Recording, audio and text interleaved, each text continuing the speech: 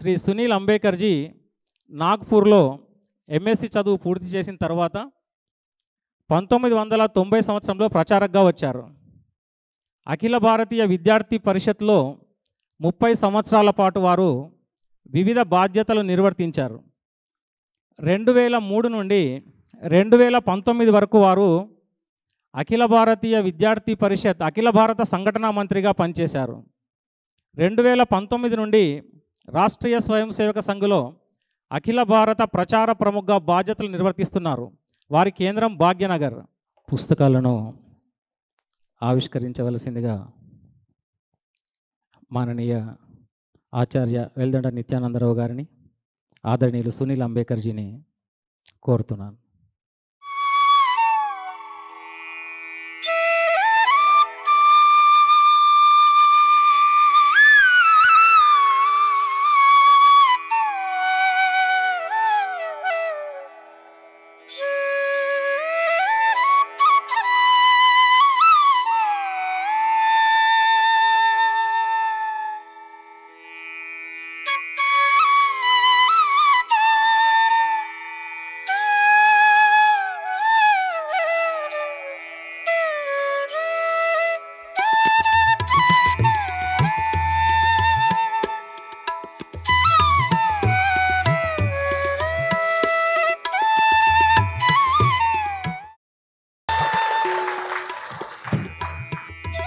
శ్రీ గురూజీ గోల్వల్కర్ అనే ఆంగ్ల పుస్తకాన్ని కూడా ఆవిష్కరించవలసిందిగా మాన్య సునీల్ అంబేకర్జీ గారిని కోరుతున్నాను.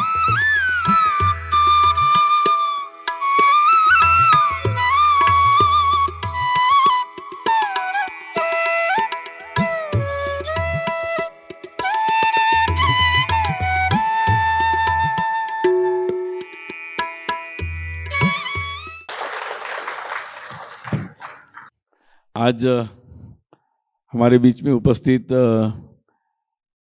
Vice chancellor sir professor Nityanand ji, माननीय सुंदर गारू, अन्य सभी को नमस्ते। श्री गुरुजी लगभग 1906 का उनका जन्म था और 1973 में वो हम में से चले गए। लेकिन उनके जीवन में बहुत कम आयु में राष्ट्रीय स्वयंसेवक संघ के सरसंघचालक का दायित्व उनके पास आया। वैसे डॉक्टर जी ने अपनी आयु के जब वो 36 साल के थे तब उन्होंने राष्ट्रीय स्वयंसेवक संघ प्रारंभ किया और जाते जाते श्री गुरुजी को जब ये दायित्व दिया तब वो केवल 34 वर्ष के थे।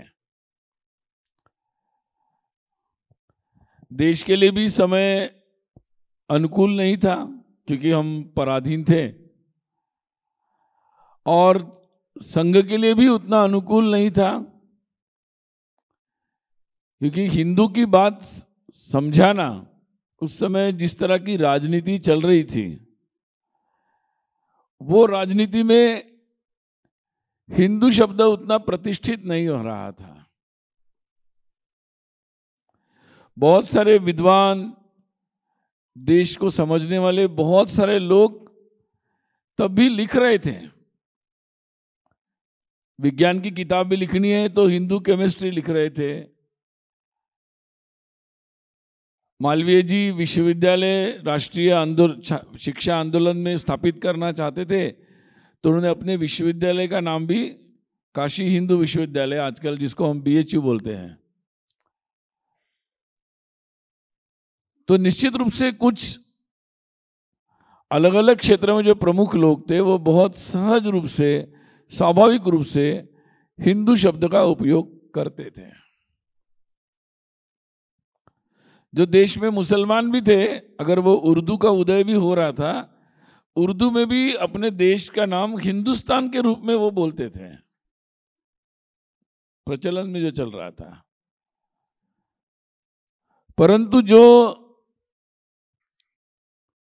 1920 के बाद जो देश में राजनीति जिस तरह से रूप ले रही थी, उसने अपना स्वरूप बदलना प्रारंभ किया था और जिसमें एक बात उठाई जा रही थी कि कोई भी बात राष्ट्रीय तब मानी जाएगी जब उसमें हिंदू और मुसलमान साथ में हो, उनका प्रतिनिधित्व हो, पूरी बात बोली जाए। और ये बात लगातार बोली जा रही थी कि हमारी जो चरित्र है वो गंगा जमुना का है, मतलब मिश्र है। परंतु ये बात जानबूझकर भुला दी जा रही थी कि गंगा यमुना मिलने के बाद वो गंगा ही हो जाती है। ये बात बिल्कुल अपनी चर्चा से बाहर रखी जा रही थी। और जो मुख्य राजनीति चल रही थी, जिसका प्रतिनिधित्व उस समय की कांग्रेस कर रही थी, उसमें भी इस तरीके की बातों का प्रवेश हुआ था। बहुत सारे अन्य जो संगठन बनाए जा रहे थे विभिन्न राजनीतिक उद्देश्य से, उनमें भी सोशलिस्ट, समाजवादी, ये शब्द बहुत प्रचलन में आया था, सोशलिस्ट। और एक तरीके से फैशनेबल हुई थी सार्वजनिक जीवन में, पब्लिक लाइफ में, कि आप इस तरीके की शब्दावलियों का उपयोग करो। और जिनको भी पब्लिक लाइफ में जाना था वो सामान्यतः उन शब्दावलियों का उपयोग कर रहे थे। और उसी समय से जो हिंदू की बात करेगा, हिंदू हित की बात करेगा, इस राष्ट्र की अस्मिता से, इस राष्ट्र के परिचय से हिंदू जोड़ेगा, उस पे प्रहार प्रारंभ हो गए थे।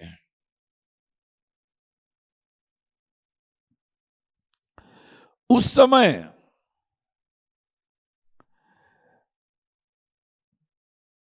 दूसरा प्रवाह भी देश में प्रवाहित था।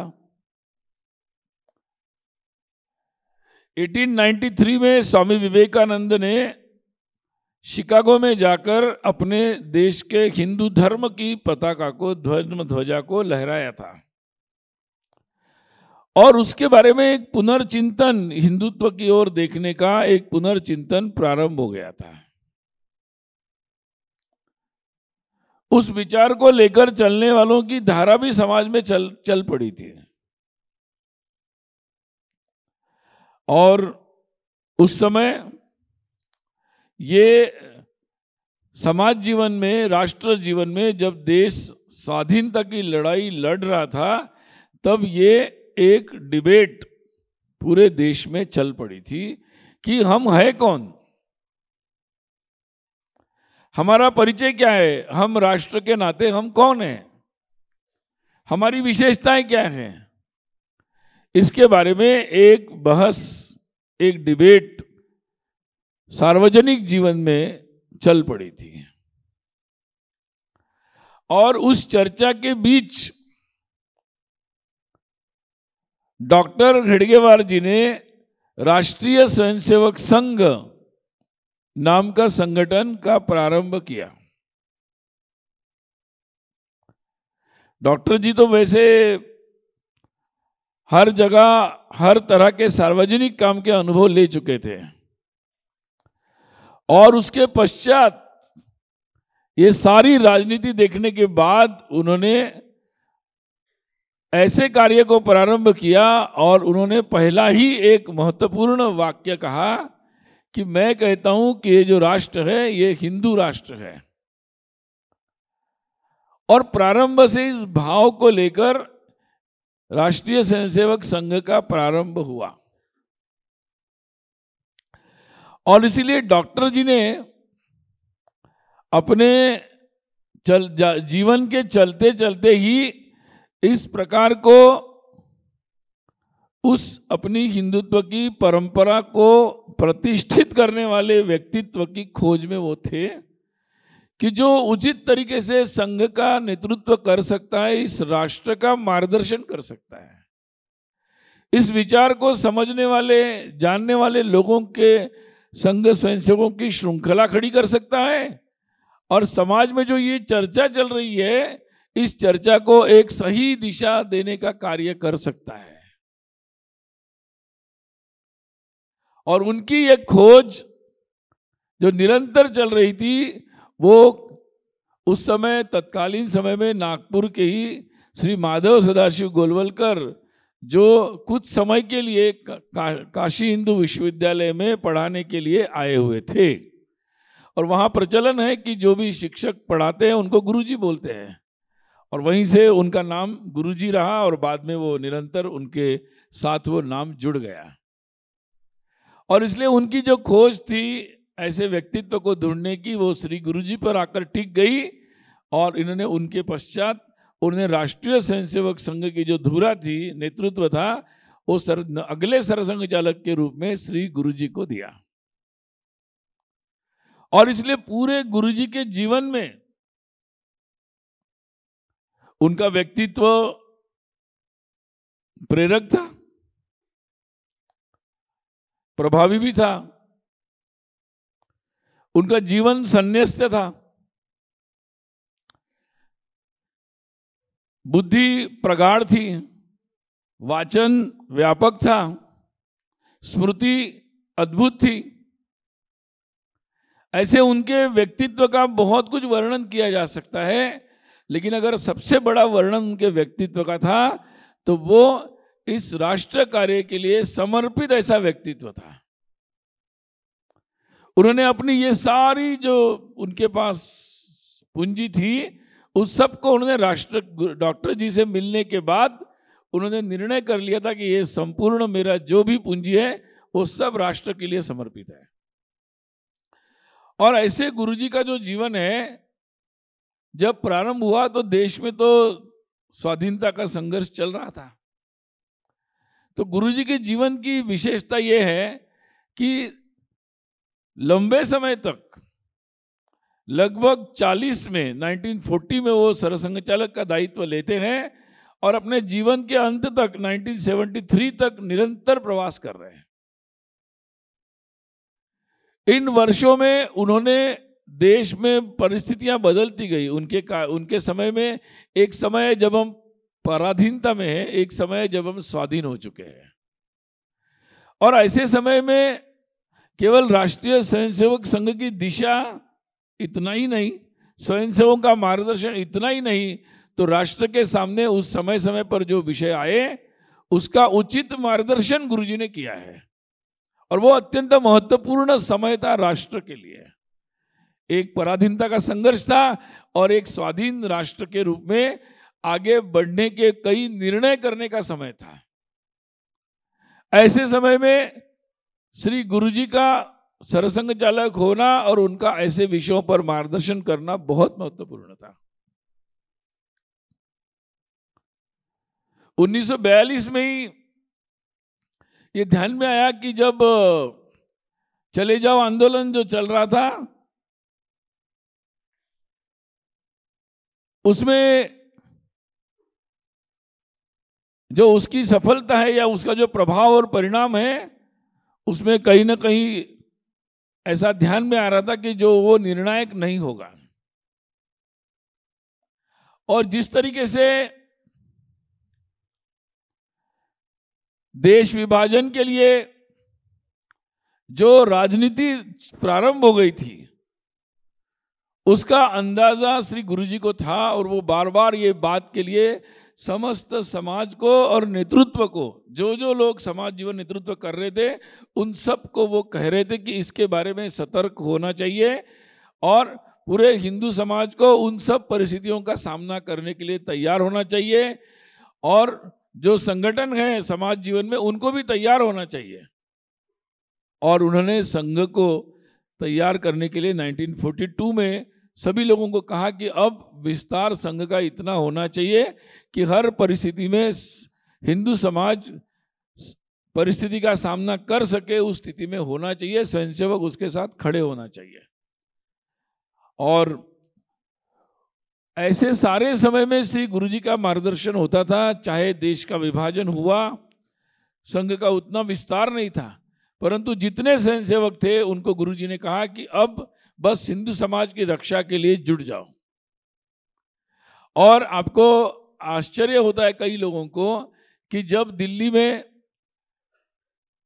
राजनीति चल रही थी सत्ता की, उस समय श्री गुरुजी 7 अगस्त 7 अगस्त 1947, यानी 15 अगस्त से 7-8 दिन पहले वो कराची में थे। कराची में स्वयं रहकर किसी उस परिस्थिति में स्वयंसेवकों का, समाज का धैर्य बांध रहे थे, उनका मार्गदर्शन कर रहे थे। तो he was like a general कि जो स्वयं स्वयंसेवकों के साथ खड़े होकर मार्गदर्शन कर रहे थे, और वो देख रहे थे कि किस तरीके से उधर जो पाकिस्तान बन रहा है उसका रवैया कैसा होगा। इसलिए उन्होंने कहा कि कश्मीर जो है वहां पर हमला हो सकता है, और उसके बारे में जो जहां जहां द्वंद्व चल रहा है उस द्वंद्व को तुरंत समाप्त करना चाहिए।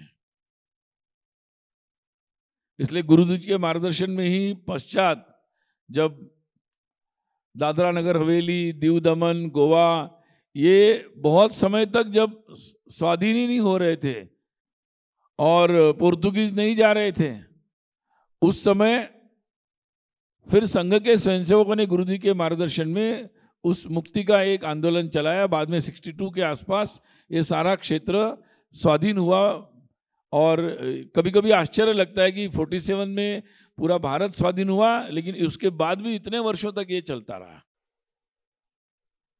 ये आज के समय में ये बातें बहुत महत्वपूर्ण है समझने की, कि कितना सतर्क होना चाहिए लोगों को, और कितने सतर्क अब हम जिनको भी ऐसे दायित्व देते हैं उनके ऊपर, उनके सामने पूरे समाज को भी खड़ा होना पड़ता है कि इन बातों के साथ राष्ट्र के एकात्मता हित के साथ कोई समझौता नहीं।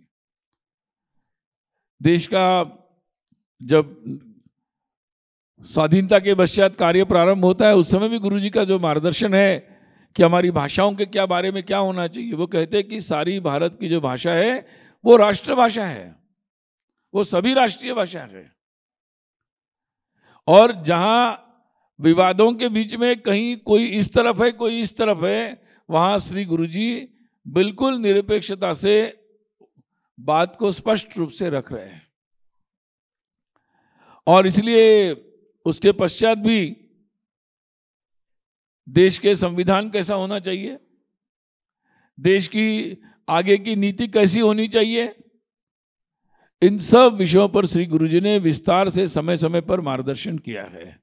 मुख्य रूप से उनके मार्गदर्शन को जो समग्र खंड है, जिनके पूरे विचारों को जहाँ समग्रता से लिया है, उन सभी खंडों को देखेंगे तो ध्यान में आएगा कि राष्ट्र के संदर्भ में राष्ट्र क्या है, हिंदुत्व क्या है, और राष्ट्र के संदर्भ को ध्यान में रखकर हमारे समाज जीवन की रचना कैसी होनी चाहिए, इस बारे में बहुत ही विस्तृत मार्गदर्शन श्री गुरुजी ने किया है। अभी ये जो पुस्तक प्रकाशित हुई है श्री गुरुजी दृष्टि व दार्शनिकता तेलुगु में, उस पुस्तक के अनुवाद है।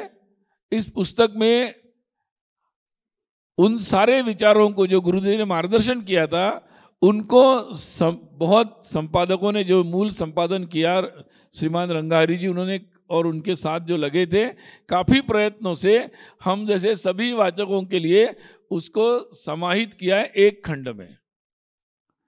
पूरे बाकी 12 खंडों को इस 13वां जो पुस्तक है 13th बुक, इसमें समाहित किया है। सो इजीली रीडेबल ऐसा ये पुस्तक अब तेलुगु में भी आ गया है। गुरुजी के विचारों को कभी कभी होता है कि कुछ विचार ये उस काल के लिए होते हैं जब काल चल रहा हो, और लेकिन कुछ विचार ऐसे होते हैं जो काल, उस काल समय सीमा से फ्रेम में बैठते नहीं है, उसके बियॉन्ड दूरगामी दृष्टि से हमारे लिए उपयोगी होते हैं। जैसे श्री गुरुजी ने चीन की जो प्रवृत्ति है, चीन के केवल आक्रमण के बारे में नहीं, उन्होंने चीन की जो विस्तारवादी प्रवृत्ति है हर तरीके की, उसके बारे में वो लगातार बोलते थे। बाद में 62 में जब उनका आक्रमण हुआ, उसके पश्चात जो परिस्थिति बनी, परंतु उनका मार्गदर्शन उसमें भी सटीक था कि अब जो हुआ, जिसकी गलती हुई, जो हुआ राजनीतिक तरीके से वो एक तरफ रखो, अब पूरा राष्ट्र को एक साथ मिलकर सरकार के साथ, हमारी सेनाओं के साथ कंधे से कंधा मिलाकर हर काम में उतरना चाहिए, साथ देना चाहिए। और सारे स्वयंसेवकों को उन्होंने मार्गदर्शन किया, पूरे राष्ट्र के सामने एक उदाहरण प्रस्तुत किया, राजनीति को एक दिशा दी उन्होंने कि जब राष्ट्र पर संकट आता है तो कोई पक्ष विपक्ष नहीं होता है, कोई सहमति असहमति नहीं होती है, एक साथ मिलकर आगे बढ़ना होता है। मुझे लगता है कि आज भी वो उनके जो विचार थे और उनका जो प्रारंभिक काल का मार्गदर्शन था, वो मार्गदर्शन आज भी उतना ही प्रासंगिक है। जहां वो विभाजन से बिल्कुल सहमत नहीं है, फिर भी कश्मीर का विषय आता है और आवश्यकता है तो वो स्वयं कश्मीर के जम्मू कश्मीर के महाराजा से बात करने के लिए स्वयं जाते हैं, और जो परिस्थिति है उसमें वो भारत के इस भाग के कैसे अंग है ये समझाने के लिए उनको जाते हैं। तो किसी भी परिस्थिति में मुझे क्या हुआ, मेरा क्या हुआ, मैं उसमें महत्वपूर्ण हूँ कि नहीं, मेरा दल या मेरी संस्था उसमें महत्वपूर्ण है या नहीं है, या ये विषय महत्वपूर्ण नहीं है। महत्वपूर्ण है कि राष्ट्र के लिए क्या महत्वपूर्ण है। ये जो बात गुरुजी ने सार्वजनिक रूप से संघ के रूप में जो उस समय प्रस्तुत की, और एक व्यापक रूप में बहुत सारा ऐसा समूह आज भी उस दिशा से सोचने लगा है, आज भी उनके विचारों का प्रभाव हम देखते हैं। और आज भी जब कुछ लोग उसके विपरीत व्यवहार करते हैं तो उनके जो विचार थे, जो उन्होंने आज देश की समाज राजनीति, देश का समाज, उसके लिए जो प्रस्तुत किए, वो आज भी उतने ही प्रासंगिक है। चीन के बारे में मैं चर्चा कर रहा था, उसके बारे में भी उन्होंने जो बात बताई थी कि ये केवल जमीनी आक्रमण का विषय नहीं है, उसकी जो प्रवृत्ति है एक विस्तार की, एग्रेसिव की, वो प्रवृत्ति पर लगातार ध्यान रखना चाहिए। जो उनकी विचार था, समय के साथ साथ वो बात आज भी हमें ध्यान में आती है। और मुझे लगता है कि जो कितनी सभाओं में, कितनी जगह श्री गुरुजी ने कहा होगा, कितनी जगह वो मीडिया के माध्यम से प्रसारित हुआ होगा, अलग अलग माध्यमों से स्वयंसेवकों के द्वारा गया होगा, आज जब ये परिस्थिति आती है जहाँ कई देश उन बातों से प्रभावित हो रहे, वहीं अपने देश में उस बात की समझ विकसित हुई है, और उन बातों को कैसे हम लोग उससे निकलेंगे, इसके लिए समाज में बहुत सारे लोग प्रयास करते हुए दिख रहे हैं। तो क्योंकि ये जो विचार बनते हैं पूरे समाज के, संगठन के, ये एक दिन में नहीं बनते।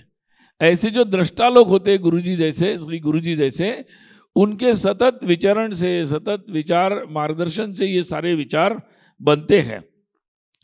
उन्होंने बहुत एक महत्वपूर्ण बात पे उन्होंने प्रयास किया था अपने जीवन में, और उनका ये विचार था कि हिंदू समाज में जो जाति जाति के नाम पर भेद है वो शास्त्र के आधार पर नहीं है, और इसलिए उन्होंने अपने जीवन काल में हिंदू एकता का एक बहुत महत्वपूर्ण प्रयास किया।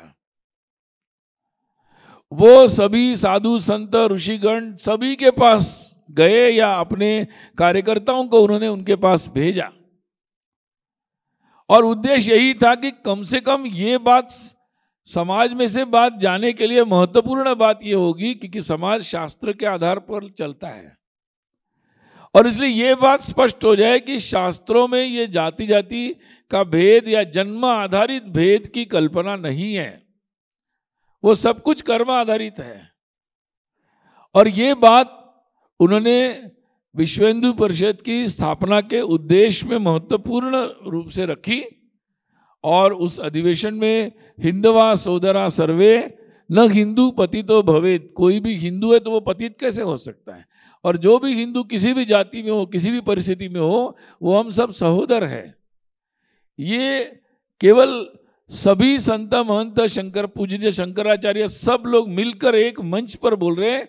ये हिंदू एकता का जो संदेश श्री गुरुजी के प्रयास से जो स्थापित हुआ, मैं ऐसे मानता हूं कि आज भी उनका ये प्रयास बहुत महत्वपूर्ण है, क्योंकि उन्हीं प्रयासों के चलते चलते हिंदू एकता के और प्रयास हुए, और जिसके चलते पिछले वर्ष जो हमने अपने सबके आराध्य भगवान श्री राम के भव्य मंदिर की प्राण प्रतिष्ठा को अयोध्या में हम देख पाए। मुझे लगता है कि उनके जो प्रयास उन्होंने प्रारंभ किए थे पूरे समस्त हिंदू एकता के, आज उसका स्वरूप हम देख पाए। और इस बार जो महाकुंभ हुआ है उसमें तो हमने देख लिया कि कैसे, जहाँ लोग बोलते हैं कि हिंदू में एकता का सूत्र क्या है, यहाँ तो सब लोग अलग अलग है, भाषा अलग है, जाति अलग है, पता नहीं मतलब कैसे एक होगा। तो एक व्यापक हिंदू समाज एक है, एकता के सूत्र उसमें जीवित है। ये जो डॉक्टर जी ने कहा था, गुरु जी ने अपने पूरे जीवन काल में इसी बात का प्रसार किया। आज मुझे लगता है पूरे हिंदू समाज ने ही नहीं, पूरे विश्व ने ये देखा कि भाई हम कुछ भी प्रयास कर ले, ये हिंदू समाज में एकता का सूत्र है। और वो सूत्र अगर सुप्त अवस्था में था तो ये ऐसे महान लोग थे श्री गुरु जी जैसे, कि जिन्होंने उस सुप्त जो बात थी, जो धारा अंदर थी, उसको उन्होंने पुनः प्रवाहित कर चुके हैं। और मुझे लगता है कि ये इन घटनाओं से हम समझ सकते हैं कि जो कार्य इन महात्माओं ने किया श्री गुरु जी जैसे, और उन्होंने जो विचार का प्रसार अपने हर समय उन्होंने किया, उसका परिणाम स्वरूप आज हम लोग इस बात का अनुभव कर रहे हैं। और हम भाग्यशाली हैं कि श्री गुरु जी जैसे, डॉक्टर जी जैसे ऐसे महान व्यक्तित्व हमारे बीच में आए, और उन्होंने आधुनिक समय में, आज के वर्तमान समय में इस हिंदुत्व को, इस हमारी एकता के महत्वपूर्ण सूत्र को उन्होंने फिर से हमारे सामने लाया है, फिर से उसका गठन किया है। और इसलिए उनके जो विचार है उसको मूल में समझना बहुत आवश्यक है। गुरुमूर्ति जी ने जो किताब उनके लेख आए थे, उस पर भी जो दूसरी किताब आई, उस किताब का भी जो टाइटल है कि the modern Rishi with millennial vision, मुझे लगता है बहुत ही समर्पक उसका टाइटल है। और इसीलिए उनके विचार जो है आज भी उतने ही प्रासंगिक है। और जो लोग आजकल श्री गुरुजी के संदर्भ में कुछ ना कुछ इधर उधर के विचार लेकर कुछ ना कुछ बातें बोलते रहते हैं, वो इसीलिए बोल रहे हैं क्योंकि उन्हें ध्यान में आ रहा है कि ये महत्वपूर्ण विचार जो उनके थे, जिसका प्रभाव आज भी है और जिसके कारण बहुत सारे परिवर्तन हुए और आने वाले समय में होने वाले हैं। ये जो आज हमारे देश में श्री गुरुजी के समय ही उन्होंने कहा था कि ये जो मतांतरण है, इस मतांतरण से कहीं ना कहीं राष्ट्रांतरण होता है। ये गुरुजी ने विचार रखा था। उस समय कई लोगों ने इसको कम्युनल बोला, आज भी कई लोग बोलते हैं। परंतु आने वाले समय में हमने देखा कि किस तरीके से ऐसे ऐसे क्षेत्र में अलगाव के आंदोलन उठे। वो हिंसक आंदोलन थे। उसने हमारे देश की एकता, अखंडता, हमारी प्रगति, हमारी विकास, उसको कितना बाधित किया। परंतु जो विचार गुरुजी ने रखे थे कि हमारे सबके पूर्वज एक है, आपकी पूजा पद्धति भगवान बदल सकते हैं परंतु राष्ट्र और पूर्वज आप नहीं बदल सकते, इतिहास नहीं बदल सकते। ये गुरुजी बार बार बोलते थे, हर जगह बोलते थे। आज मुझे लगता है कि उस बात को बोलते बोलते अब देश के कई ऐसे क्षेत्रों में बदलती हवा हम लोगों को अनुभव में आ रही है, और उसी विचार के कारण शांति के अनुभव भी आ रहे हैं। हिंसा की कमी भी उसी कारण से हो रही है। और इसलिए आज भी उनके जो सूत्र थे, जो विचार थे, वो बहुत महत्वपूर्ण है। और इसीलिए मुझे लगता है कि ये काम बहुत ही अच्छा हुआ है कि पुनः तेलुगु में वो सारे विचारों को अनुवादित करते हुए संकलित रूप में हमारे सामने लाया है। मैं आप सबको ज़रूर कहूँगा कि श्री गुरुजी के ऐसे प्रासंगिक विचार को हम सब लोग ज़रूर पढ़ें, और केवल पढ़े नहीं तो उस विचार को हम अपने भाषा में, अपने स्वरूप में, हम समाज में जहाँ भी जाते हैं, व्यक्तिगत रूप में या जहाँ भी हम जाते हैं, उन विचारों को, आजकल सोशल मीडिया भी हमारे पास है, तो हम अपने उस माध्यमों से भी गुरुजी के अलग अलग विषयों पर जो छोटे छोटे कम शब्दों में जो विचार उनके हैं लेकिन स्पष्ट हैं, तर्कपूर्ण है, आज भी प्रासंगिक है और समाधानकारी है, मतलब जिससे सॉल्यूशंस बन सकते हैं। तो उन बातों को हम भी लेकर जाएं समाज के पास, ताकि हम यथाशीघ्र जो कार्य के लिए लगातार ये प्रयास चल रहा है, श्री गुरुजी जिस सरसंघ चालक थे, आज उस राष्ट्रीय स्वयंसेवक संघ के कार्य के 100 वर्ष पूर्ण हो रहे हैं। इसी वर्ष विजयादशमी में इस कार्य के 100 वर्ष होंगे, और आने वाले समय में बहुत महत्वपूर्ण कार्य जिन कार्यों को उन्होंने प्रारंभ किया था, समाज जीवन के, समाज परिवर्तन के कार्य, उन कार्यों को आगे ले जाने का ये समय है। ऐसे महत्वपूर्ण प्रसंग पर ये पुस्तक आई है, दोनों अभिनंदनीय है।